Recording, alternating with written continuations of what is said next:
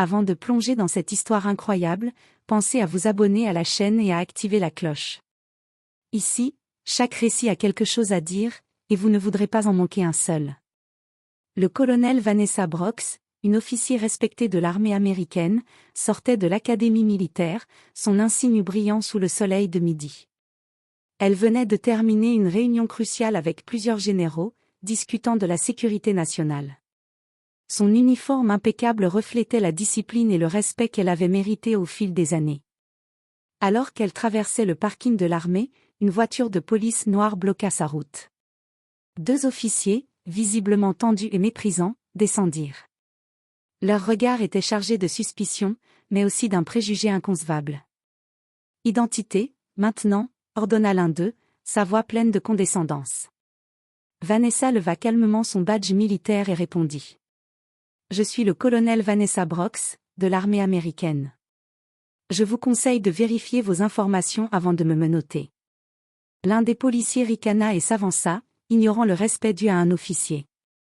Dans un geste impulsif et raciste, il attrapa son bras et tenta de la faire tomber au sol. Vanessa sentit l'humiliation et l'irrespect, mais sa formation militaire et son sang-froid prirent le dessus. Elle sortit son téléphone et composa rapidement le Pentagone. La ligne directe connecta instantanément avec le quartier général, et une voix ferme répondit. « Colonel Brooks ? Que se passe-t-il » Avec calme et autorité, elle expliqua la situation, détaillant le nom des policiers, leur badge, et chaque geste offensant. Quelques minutes plus tard, le ton de la confrontation changea complètement. La chaîne de commandement militaire se mit en action, et les policiers racistes, pensant intimider une simple civière, allaient bientôt comprendre qu'ils avaient déclenché une tempête qu'ils n'avaient jamais imaginée. Le parking devint silencieux. Vanessa, droite et digne, regarda les deux hommes reculer, incapables de continuer leur intimidation face à l'autorité de l'armée et au pouvoir du Pentagone. Ce jour-là, l'humiliation qu'ils espéraient infliger se retourna contre eux, et leur carrière allait bientôt en payer le prix. Le soleil venait à peine de franchir l'horizon lorsque le colonel Vanessa Brooks quitta sa résidence militaire. Sa journée commençait comme toutes les autres, une inspection rapide de son uniforme, un café noir et un regard sur les rapports du jour. Elle ne s'attendait pas à ce que son chemin croise celui de la police locale, mais la voiture noire qui surgit devant elle n'annonçait rien de bon. Les deux officiers qui en descendirent semblaient nerveux, mais surtout, leur regard était chargé d'un mépris qu'elle connaissait malheureusement trop bien. « Vous devez vous identifier immédiatement », ordonna l'un d'eux, la voix pleine d'arrogance. Vanessa, le menton levé, sortit calmement son badge militaire. « Colonel Vanessa Brooks, armée américaine. Vérifiez vos informations avant de faire un geste regrettable. » Mais le policier ne voulait pas écouter. Il avança brusquement et tenta de la saisir par le bras. Le geste était à la fois violent et humiliant. Vanessa sentit un mélange de colère et de détermination. Elle savait qu'elle ne pouvait pas se laisser intimider, surtout par des hommes censés protéger la loi. D'un geste rapide, elle sortit son téléphone et composa le Pentagone. Sa voix, ferme et contrôlée, expliqua la situation. Elle dicta les noms des policiers, leurs badges, et chaque détail de l'agression. Quelques instants plus tard, une voix autoritaire résonna. « Colonel Brooks ? Restez calme. Nous intervenons immédiatement. » Les policiers, surpris, échangèrent un regard inquiet. La simple mention du Pentagone avait changé le rapport de force. Vanessa se redressa, le regard perçant, et leur fit comprendre que l'humiliation qu'ils espéraient infliger ne se produirait pas. En quelques minutes, une unité militaire arriva pour sécuriser la scène. Les policiers, qui pensaient intimider une civile ou une simple officier subalterne, se retrouvèrent confrontés à la puissance d'une chaîne de commandement qui ne tolérerait aucune insubordination ni aucun abus de pouvoir. Vanessa Brooks, calme et digne, observa la scène. Elle savait que ce n'était que le début d'une confrontation qui allait marquer les esprits, et que ceux qui avaient essayé de la rabaisser allaient bientôt en subir les conséquences. Quelques heures après l'incident, le commissariat local était en effervescence. Les deux policiers racistes, Jackson Riley et Derek Harlow, ne comprenaient pas ce qui leur arrivait. Leur tentative d'intimidation contre le colonel Vanessa Brooks avait rapidement pris une tournure dramatique. Le téléphone du capitaine de police ne cessait de sonner. Au bout du fil, une voix ferme et implacable annonçait que le Pentagone avait été informé de l'incident. Chaque mot pesait lourd, les actions de Riley et Harlow allaient être passées au crible, et leur carrière pourrait être compromise. « Comment est-ce possible ?» murmura Riley, en regardant Harlow. « Je ne sais pas, elle n'est qu'une femme. » répondit Harlow, mais sa voix trahissait la peur. Pendant ce temps, Vanessa était retournée à son bureau militaire. Chaque mouvement de sa part était mesuré. Elle savait que l'humiliation qu'elle avait subie ne pouvait rester sans réponse, mais elle voulait que justice soit rendue de manière irréprochable. Elle rédigea un rapport détaillé, décrivant l'attaque, le comportement des policiers et les preuves disponibles, notamment des caméras de sécurité et des témoignages de témoins présents. Peu après, le Pentagone envoya une équipe spéciale pour enquêter. Riley et Harlow furent suspendus immédiatement, et une enquête officielle fut ouverte. Les nouvelles circulaient vite dans la ville et au sein de la police locale, le colonel Brooks avait mis les policiers racistes à leur place, et l'armée suivait de près la situation. L'humiliation avait changé de camp. Les policiers, qui pensaient pouvoir intimider une femme noire, réalisèrent trop tard que leur arrogance venait de déclencher une tempête institutionnelle. Vanessa, elle, restait calme et concentrée, prête à s'assurer que justice soit rendue sans favoritisme ni pression extérieure. Ce jour-là, Riley et Harlow comprirent que le moindre geste déplacé contre Vanessa Brooks aurait des conséquences irréversibles, et qu'ils n'étaient désormais plus les maîtres de la situation. Les jours suivants, l'atmosphère au commissariat était lourde. Jackson Riley et Derek Harlow étaient constamment sous surveillance, chacun de leurs mouvements scrutés par des supérieurs inquiets et par les enquêteurs envoyés par le Pentagone. Leur arrogance d'autrefois avait disparu, remplacée par une peur palpable. Vanessa Brooks, de son côté, poursuivait ses missions militaires avec le même professionnalisme, mais elle savait que la bataille n'était pas seulement légale, elle devait aussi protéger sa dignité et envoyer un message clair contre le racisme institutionnel. Le capitaine du commissariat convoqua Riley et Harlow pour un interrogatoire officiel. Les deux hommes s'assirent, tendus, sachant que chaque mot serait analysé. « Vous comprenez pourquoi vous êtes ici ?» demanda le capitaine d'un ton grave. « Oui, mais nous n'avons rien fait de mal », protesta Riley, la voix tremblante. « Vous avez attaqué un colonel de l'armée américaine, en raison de sa couleur et de son grade. C'est exactement ce que nous allons examiner. » Pendant ce temps, Vanessa avait demandé à consulter les images des caméras de sécurité. Chaque geste des policiers était enregistré, chaque mouvement documenté. Elle préparait un dossier irréfutable, comprenant des preuves visuelles, des témoignages et ses propres notes détaillées. L'information se répandit rapidement, la communauté militaire et civile commençait à se mobiliser. Des officiers, des collègues et même des civils dénonçaient l'attitude des policiers. Riley et Harlow, autrefois sur deux, étaient maintenant isolés et humiliés par la portée de leurs actes. Vanessa, sereine, savait que la clé était de laisser la justice suivre son cours, tout en utilisant sa position pour s'assurer que les coupables soient tenus responsables publiquement. Son calme contrastait avec la panique croissante des policiers, chaque appel du Pentagone, chaque rapport lu, chaque nouvelle enquête augmentait leur anxiété. Ce chapitre de l'histoire établissait clairement que la riposte de Vanessa n'était pas un simple règlement de compte, mais une démonstration de discipline, de stratégie et de justice implacable. Riley et Harlow venaient de comprendre que leur arrogance avait ouvert la porte à leur propre chute. Les enquêteurs du Pentagone avaient terminé leur inspection du commissariat et des enregistrements vidéo. Les conclusions étaient sans appel, Riley et Harlow avaient agi avec racisme et brutalité, et leur comportement constituait une violation grave des droits d'un officier militaire.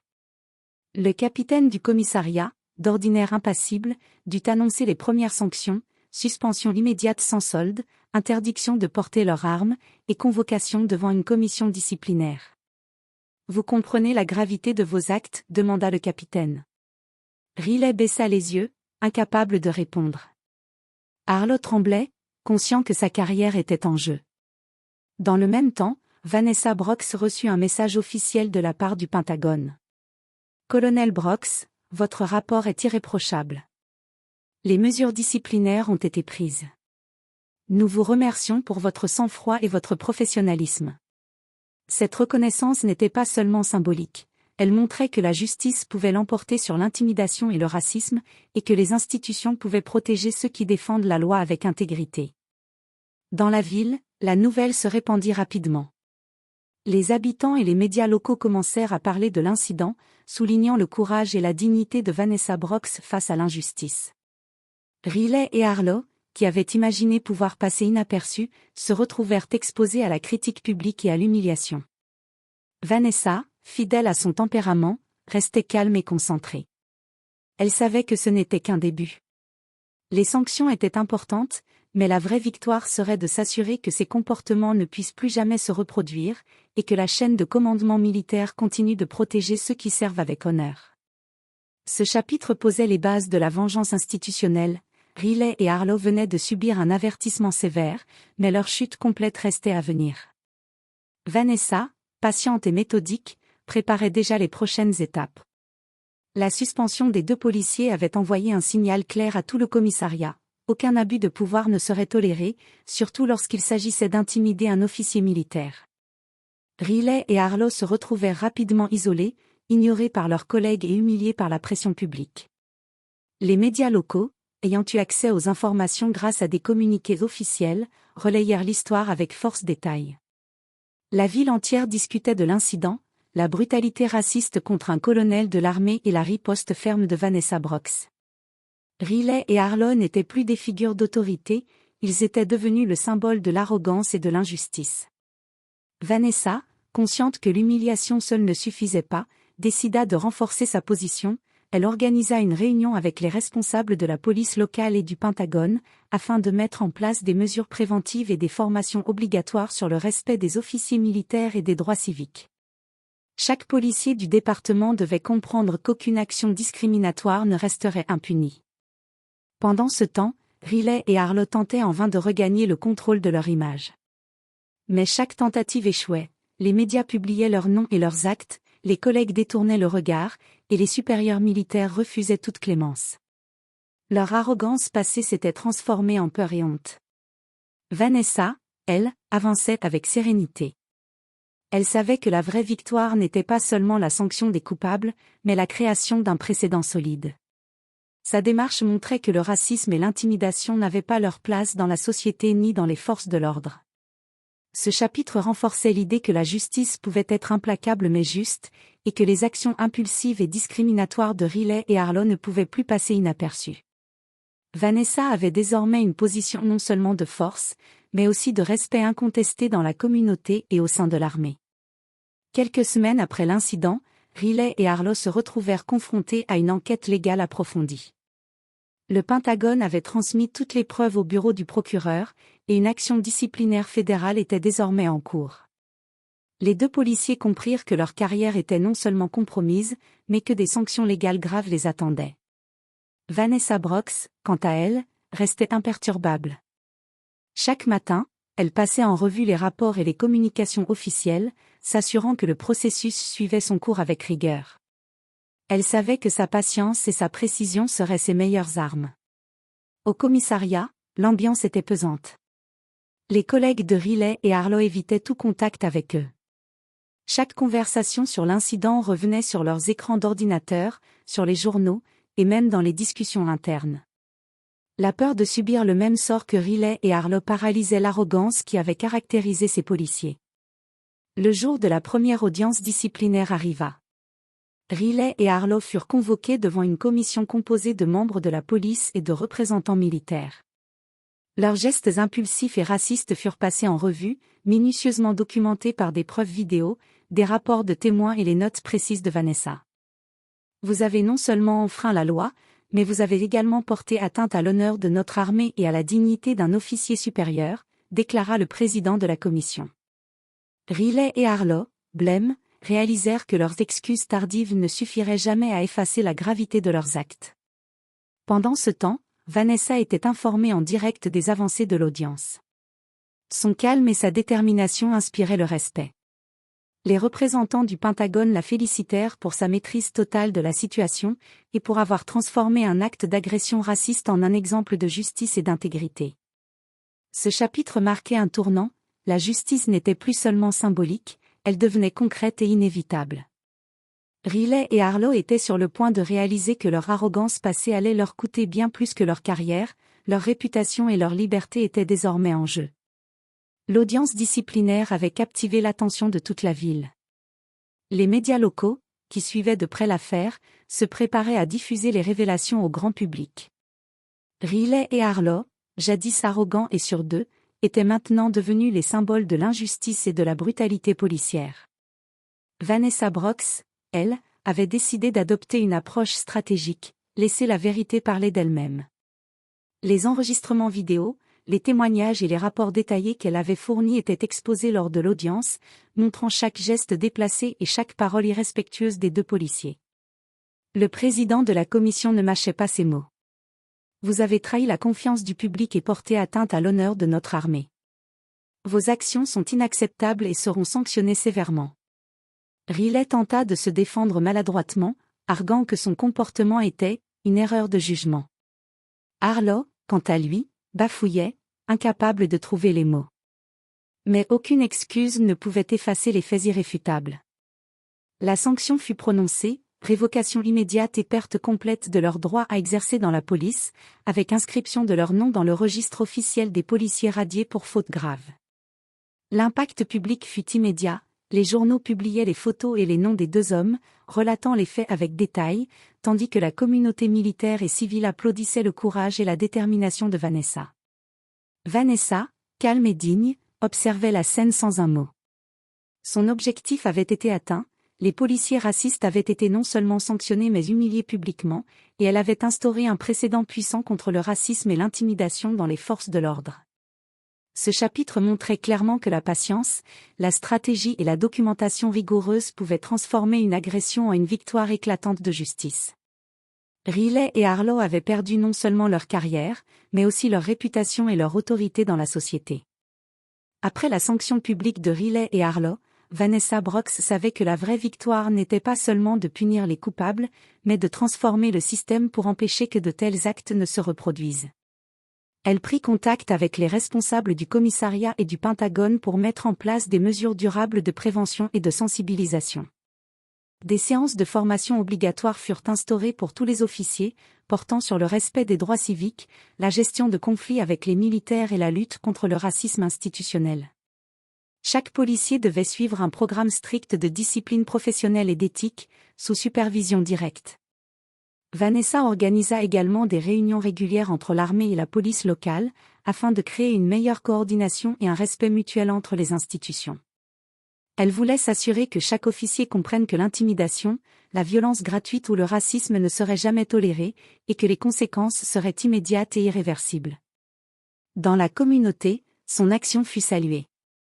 Les civils se sentaient plus protégés, sachant que la justice pouvait triompher même face aux abus de pouvoir.